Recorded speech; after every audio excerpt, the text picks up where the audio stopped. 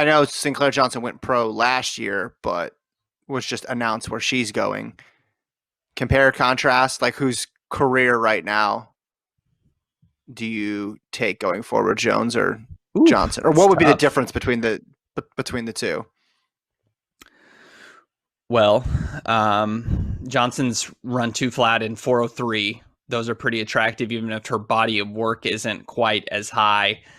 Gosh, that's a tough call. Johnson showed she could come very close to making a team at like 21 or 22. Yeah.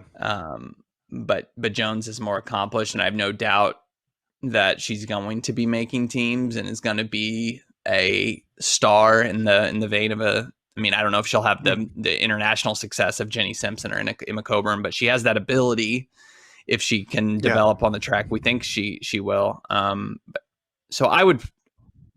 It's very hard because Sinclaire Johnson's going to Bowerman, and we know that if she stays on course, she'll develop into a superstar. You know what? No, screw it. I'm gonna actually take Johnson. She's training with Shelby Houlihan. I think Johnson's going to be breaking 4 minutes within 2 years, and just with that 800 speed, and she's pretty new. Like, she's pretty raw at this too. Like, she only developed into like a superstar in the last like year. I'll take her. Yeah, I would say Johnson has the higher ceiling. Like the most, she has more variability of outcomes. Jones has the higher floor. I like this. Yeah, you disagree? Right now, just because like we know Jones is like there are no questions about Jones. Jones is going to be a rock solid professional. I would be stunned if she doesn't make a team at one point.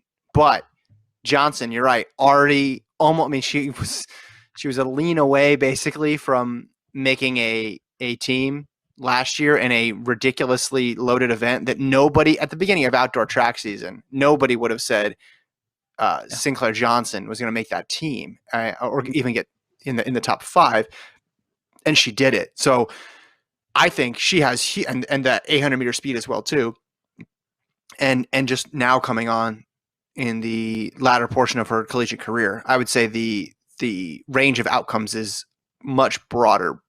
Whereas Jones just rock solid all the time, right? Like boom, boom, boom, boom, boom. And I think who's got the quicker? Who has the inside track to making a team? So who's going to make a team first? I think it's going to be Johnson, because I think Johnson is actually a favorite to make a team right now because of her decision to go to Bowerman. I think she's going to be right there already, because she was already right there coming off a long college season. Well, and just how the event breaks down too, right? You said Jones is probably going to run the 5,000, which we don't know. You're guessing, and we've established you don't know as much as the coach or the athlete, or really. More than Gordon probably, and probably maybe more than maybe 1% more than me. But like the 5,000 team is going to be super hard to make too. Yeah, I guess I could see. I'm with you. I think I could see Johnson making a team before Jones, because Jones is going to have to get in front of, now assuming these people run these events, which we don't know, but Jones would have to get in front of Schweizer, Purrier, Frazier. Yeah. Is Emily Enfeld going to run the 5 as well too? In an Olympic year, probably. Yeah. Rachel Snyder, in the 1500, Sinclaire Johnson. There's Shelby.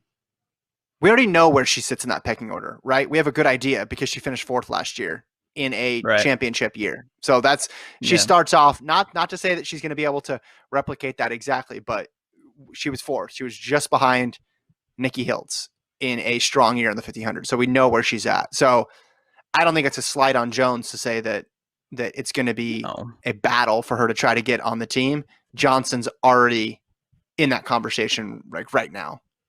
The women's 5,000 just took off. This is the Tua versus Joe Burrow. Sinclaire Johnson became Joe Burrow. She was not a top 10 pick, and then all of a sudden she had a monster year. And she right now in my 2-person draft is going number 1, whereas Dani Jones had some injury history last year.